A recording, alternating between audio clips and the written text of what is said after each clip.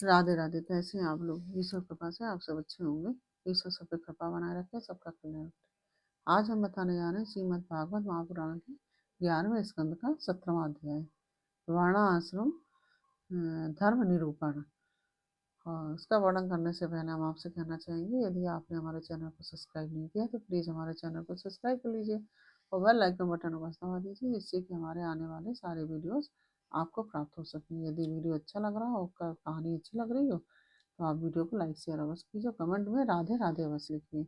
चलिए अब चलते हैं कथा की तरफ। श्रीमन्नारायण नारायण हरि हरि भजन नारायण नारायण हरि हरि, तेरी लीला सबसे प्यारी प्यारी, हरि हरि तेरी लीला सबसे न्यारी न्यारी, हरि हरि।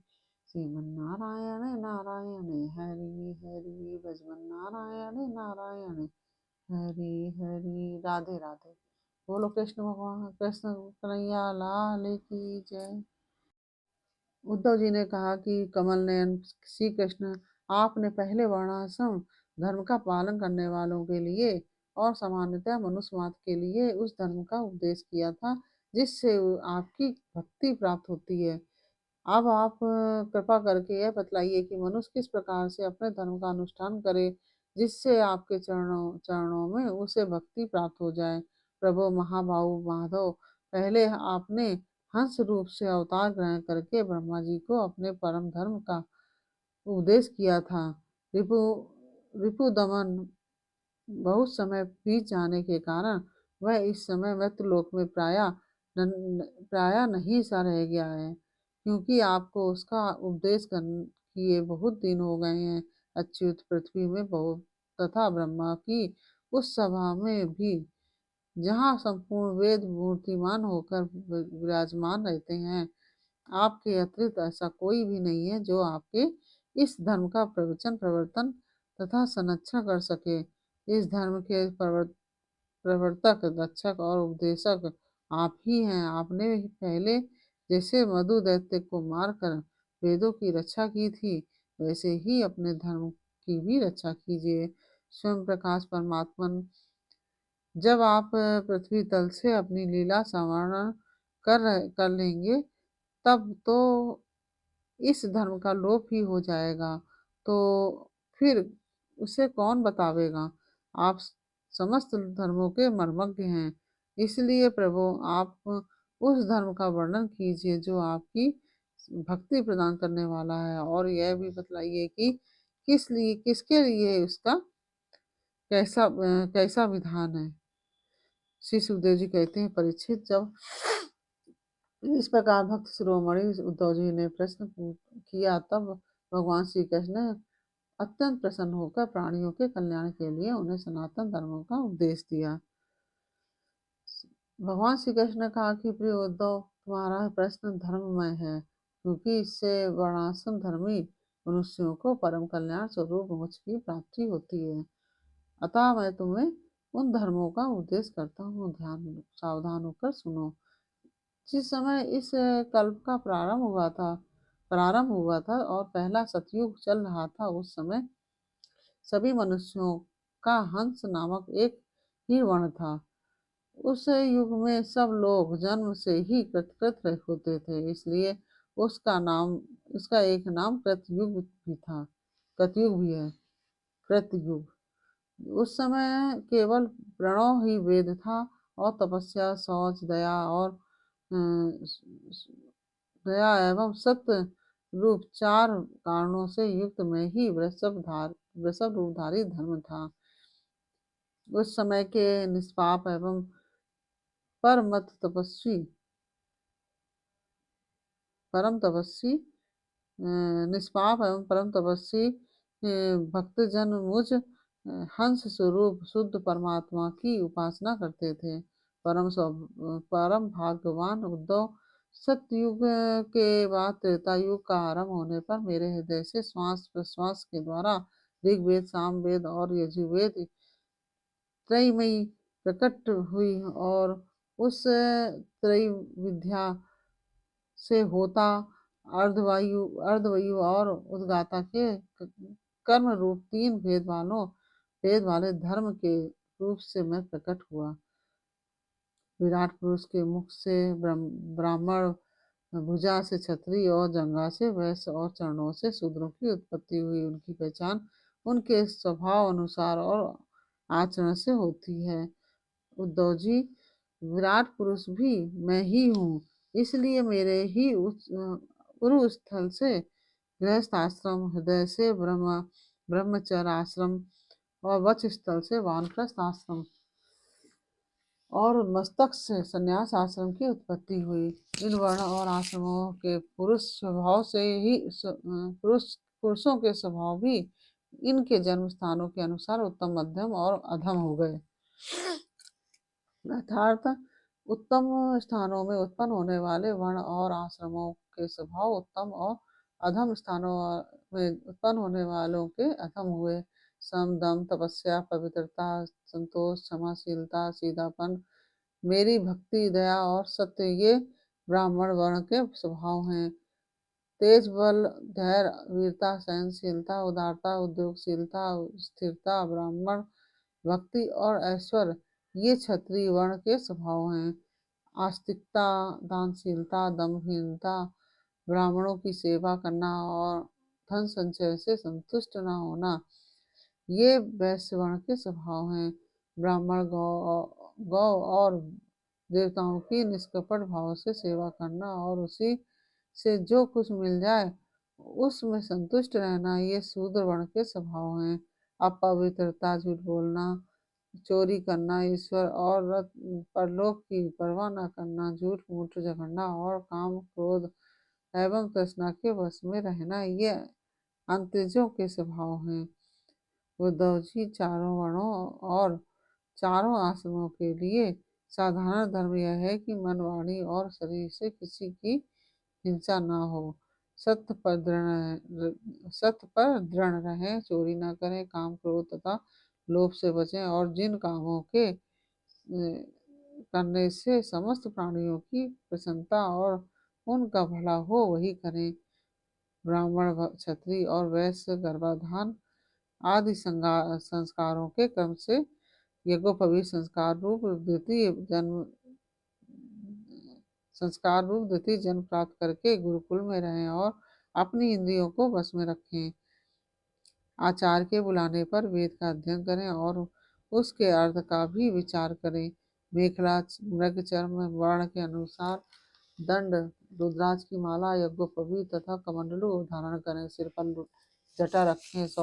शौकीनी के लिए दांत और वस्त्र ना धोवें। रंगीन आसन पर न बैठें और कुश धारण करें। स्नान, भोजन, हवन, जप और मलमूत्र त्याग के समय मौन रहें और कच्छ तथा गुप्तेंद्रिय के बाल और नाखूनों को कभी न काटें। पूर्ण ब्रह्मचर्य का पालन करें। स्वयं तो कभी वीरपात करें ही नहीं। यदि स्वप्न आदि में वीर स्खलित हो जाए तो जल में स्नान करके प्राणायाम करें और गायत्री का जप करें। ब्रह्मचारी को पवित्रता के साथ एकाग्रचित होकर अग्नि, सूर्य, आचार्य, गौ, ब्राह्मण, गुरु, वृद्धजन और देवताओं की उपासना करनी चाहिए तथा सायंकाल और प्रातःकाल मौन होकर संध्या उपासना एवं गायत्री का जप करना चाहिए। आचार्य को मेरा ही स्वरूप समझें, कभी उनका तिरस्कार न करें, उन्हें साधारण मनुष्य समझकर दोष दृष्टि न करें, क्योंकि गुरु सर्वदेवमय होता है। सायंकाल और प्रातःकाल दोनों समय जो कुछ भिक्षा में मिले वह लाकर गुरुदेव को आगे रख दें। केवल भोजन ही नहीं, जो कुछ हो सब। तदंतर उनके आज्ञानुसार बड़े संयम से भिक्षा आदि का यथोचित उपयोग करें।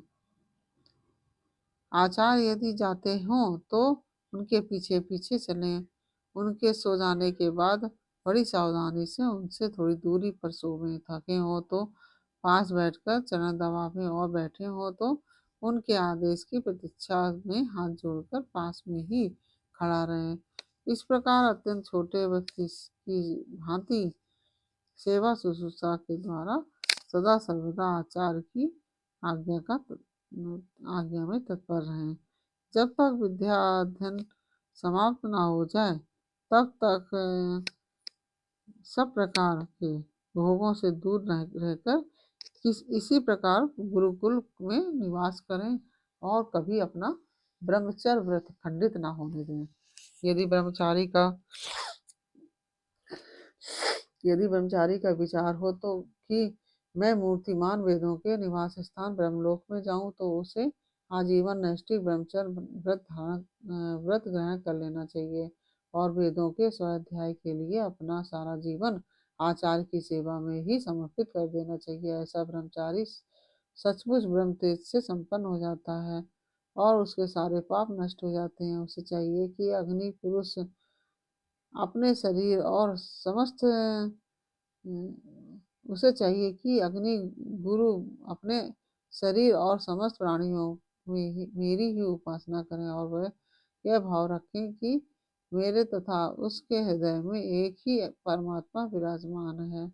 ब्रह्मचारी वानप्रस्थ और सन्यासी को चाहिए कि वे स्त्रियों को देखना, स्पर्श करना, उनसे बातचीत या हंसी मस्करी करना आदि करना दूर से ही त्याग दें। मैथुन करते हुए प्राणियों पर तो दृष्टिपात तक न करें।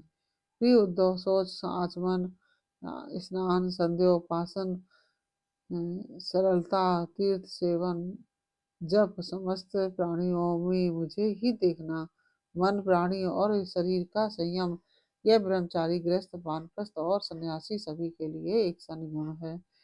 अस्पृश्यों को न छूना, अभक्ष्य पदार्थों को न खाना और जिनसे बोलना नहीं चाहिए उनसे न बोलना, ये नियम भी सबके लिए है। नैष्ठिक ब्रह्मचारी ब्राह्मण इन नियमों का पालन करने से अग्नि के समान तेजस्वी हो जाता है। तीव्र तपस्या के कारण उसके कर्म संस्कार भस्म हो जाते हैं, अंतःकरण शुद्ध हो जाता है और वह मेरा भक्त होकर मुझको ही प्राप्त कर लेता है। ऐसे प्यारे उद्धव, यदि नैष्ठिक ब्रह्मचर्य ग्रहण करने की इच्छा न हो, गृहस्थाश्रम में प्रवेश करना चाहता हो तो विधि पूर्वक वेदाध्ययन समाप्त करके आचार्य को दक्षिणा देकर और उनकी अनुमति लेकर समावर्तन संस्कार करावें। स्नातक बनकर ब्रह्मचार्य आश्रम छोड़ दें। ब्रह्मचारी को चाहिए कि ब्रह्मचर्य आश्रम के बाद गृहस्थ अथवा वानप्रस्थ आश्रम में प्रवेश करें। यदि ब्राह्मण हो तो संन्यास भी ले सकता है अथवा उसे चाहिए कि क्रमशः एक आश्रम से दूसरे आश्रम में प्रवेश करें, किंतु मेरा आज्ञाकारी भक्त बिना आश्रम के रहकर अथवा विपरीत क्रम से आश्रम परिवर्तन कर स्वेच्छाचार में न प्रवृत्त हो। प्रिय उद्धव, यदि ब्रह्मचर्य आश्रम के बाद गृहस्थाश्रम स्वीकार करना हो तो ब्रह्मचारी को चाहिए कि अपने अनुरूप एवं शास्त्रोक्त लक्षणों से संपन्न कुलीन कन्या से विवाह करे। वह अवस्था में अपने से ही छोटी और अपने ही वर्ण की होनी चाहिए और यदि कामवश अन्य वर्ण की कन्या से और विवाह करना हो तो क्रमशः अपने से निम्न वर्ण की कन्या से विवाह कर सकता है। यज्ञादि अध्ययन और दान करने का अधिकार ब्राह्मण, क्षत्रिय और वैश्यों को समान रूप से है, परंतु दान लेने, पढ़ाने और यज्ञ कराने का अधिकार केवल ब्राह्मणों को ही है।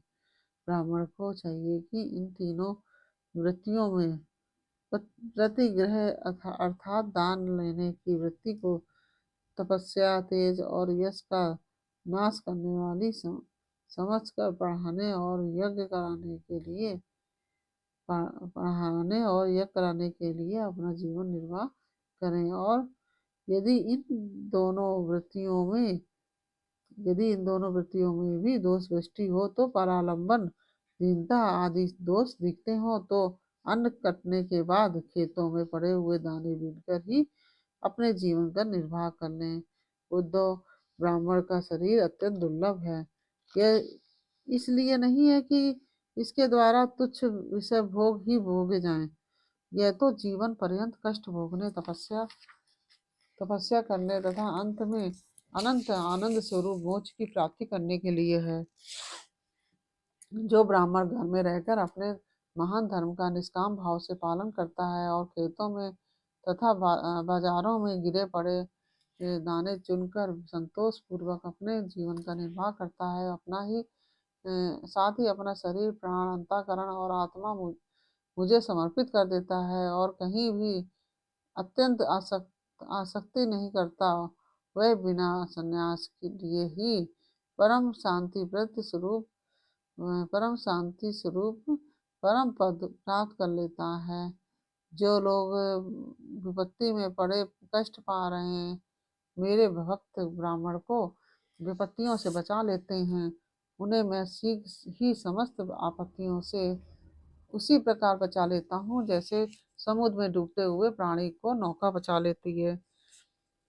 जैसे राजा पिता के समान सारी प्रजा का कष्ट से उद्धार करे, उन्हें बचावे, जैसे गजराज दूसरे गजों की रक्षा करता है और धीर होकर स्वयं अपने आप से अपना उद्धार करे।